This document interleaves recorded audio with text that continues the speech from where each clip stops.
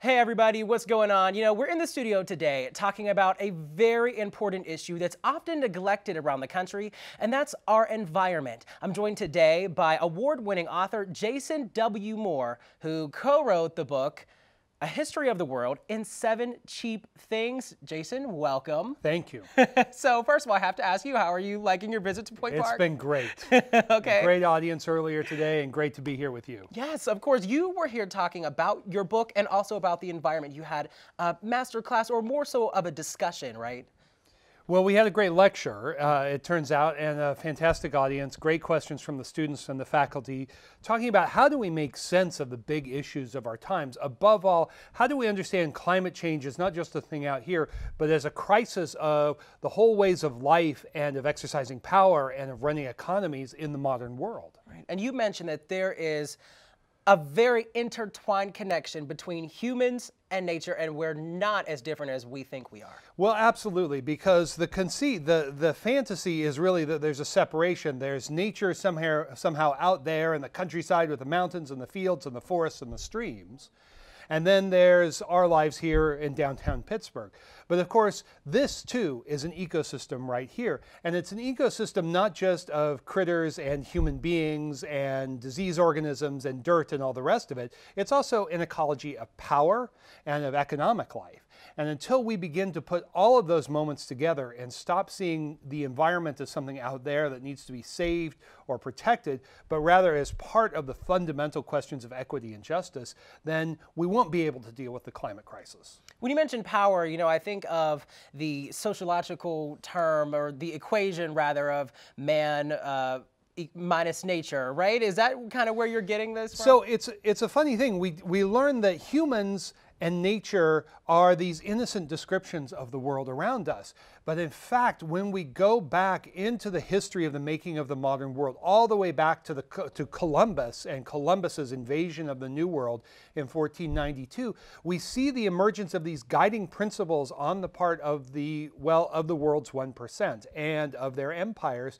to say, here's civilization and here's nature and here's the thing that is hard to see until we put it in these terms, that most human beings were put into the realm not of civilization, but of nature. So civilized human beings were white guys who were literate, who had power, who had money, and then women and peoples of color, indigenous peoples, were all put into this realm of nature, and that's important because they could be treated cheaply and they could be turned into profit-making opportunities.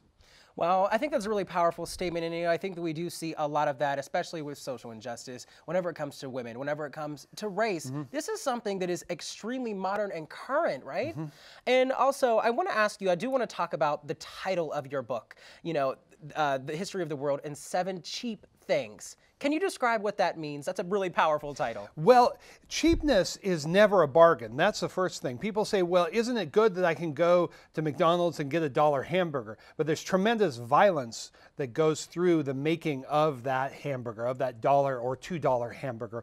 But there's also cheapness, not just in terms of price, but cheapness in the other meaning of the word, to cheapen or to degrade or to disrespect. So one of the themes in the book that we talk about are cheap lives. And we talk about whose lives and whose work matters, whose is valued, and whose is cheapened, not just to cheapen in price, but to treat with less dignity, to treat with less respect, to say that, in the words of the Spanish conquerors, indigenous peoples were naturales, they were part of nature, or to talk about people in Africa as monsters, or to treat women as the savages of Europe. These were all terms and words that were used in the 16th and 17th centuries, and guess what? That's changed, but not by a whole lot. Who designs this hierarchy? I mean, where does this originate from? Well, that's a great question, because usually we think of the modern world as something that's very recent, maybe over the past 50 years or 100 years, or maybe we go back to England with the Industrial Revolution. And Raj Patel and I want to say, no, there's a longer history to that goes back to Columbus, goes back to the invasions of the New World, goes back to the genocides, but then we also point to the ways that the modern relations of making empires and waging wars and exploiting people, but also the cheap work of the rest of nature, of trees and soils, shapes this world that sees making money as an end to itself. And so what we're highlighting is the ways that this weird system emerged. And it's not that markets are a problem as such. It's not that many of the things we associate with capitalism are necessarily a problem, because all of those things existed long before 1492. But in this world, we saw the rise of Western Europe to global power. And that was primarily a process of armed force and then using weapons to create profit-making opportunities. So we live in the United States. This is an era, this is a place made through the genocide of Native Americans and the enslaving of Africans in this country. And those processes have not ended. Sometimes you go to places and they say, well, just get over it. But we know that the world color line especially was forged in this period and is still very much with us, and we see it in the climate crisis. And that's important, because if we want to deal with climate, we have to deal with race. What, you know, I have to say, that is a connection that I personally have never heard, and I think that a lot of other people probably have never really heard as well. You're making a connection between race and the environment. Can you break that down? How does those two items pertain to each other? Well, this is an argument pioneered by advocates of environmental justice in the United States and then across the world in the global South. But in the United States, starting in 1987 with the United Church of Christ report on what we now call environmental racism, guess what? The most toxic places in the South were also places where folks of color were living. And that's one layer of it, but it in fact goes deeper. So one part of that process, sometimes called environmental racism, is that populations of color bear disproportionate costs, disproportionate violence of environmental damage. When we look at the world color line and how it relates to climate change, we see that the costs of climate change are imposed disproportionately on people of color. And guess what? It's not just climate apartheid, it is climate patriarchy, because women worldwide, and especially across the global South, the regions of the world most affected by climate change, who are also women of color, are bearing disproportionate costs in the health of their children, the struggle to provision their lives just on a daily basis. So we have to take any politics to deal with climate change as a politics that deals squarely with issues of global inequality, race, class, gender. I do want to pick that apart just a tad bit so that people can also try to grasp this and leave with a sense of understanding. So when we say that you know, the cost of the environment, things that are happening negatively, I mean, you mentioned climate change, that's being sort of juxtaposed onto women and race. How are they seeing it? How are they paying for it? What are some of the costs that, you know, are affecting them that they may not realize they're getting hit with? Well, a classic example is the series of hurricanes that we've seen since Katrina in 2005 in New Orleans, but also notably Hurricane Maria in Puerto Rico. These places are declared environmental sacrifice zones by the 1%, by the federal government, and seen as an opportunity to make a profit. So let's go into New Orleans after Katrina and privatize all the schools so we can make a profit of the horrific disaster of Hurricane Katrina. So there's an old expression about this: there's no such thing as a natural disaster. We talk about a hurricane like, oh, it's just a hurricane. But once we ask, just as your question asked, who pays the price for these devastating hurricanes? It is always working class folks, folks of color, women in these areas, places like Katrina in New Orleans and the effects of Maria on Puerto Rico, which is still devastated by these transformations. So once we begin to ask, how are processes that we call natural, like a hurricane, related to processes of social justice?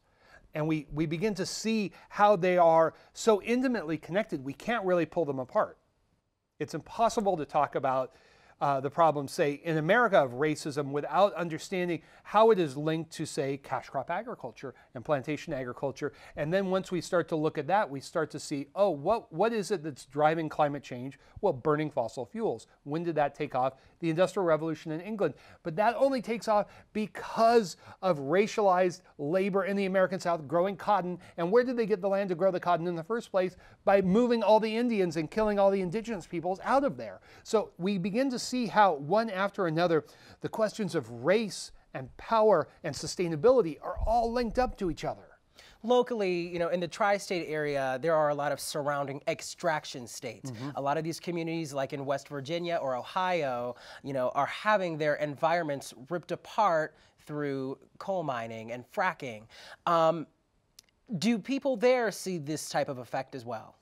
Well, absolutely. You can see in West Virginia, for instance, there's now a long-running campaign against mountaintop removal, which is about as horrible as it sounds. And it ends up not just blowing up the mountaintops, but also completely polluting their living spaces, their streams, their air, everything else.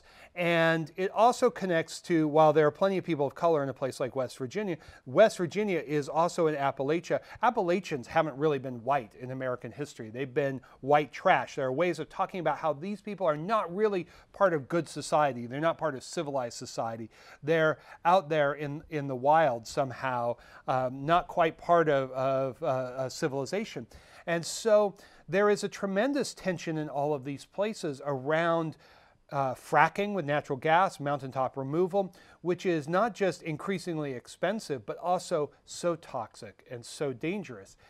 And they all face the either-or proposition of the politicians, jobs or environment. That's in fact completely false. It's completely technically and economically feasible to shift to solar and wind. Wow, so many things. Surely this will all be unpacked in your book. Where can that be purchased if people want it? Well, Amazon or a lot of bookstores as well. A History of the World and 7 Cheap Things. We wrote it for people who are really interested in the big questions of our times. It's not for academics. It's for students. It's for activists. It's for people who want to learn how to make the world a better place. All right. Thank you so much for coming on, and safe travels back to New York. Thank you. It's been a pleasure. All right, everybody. Well, reporting from the CMI, I'm Royce Jones for Point News.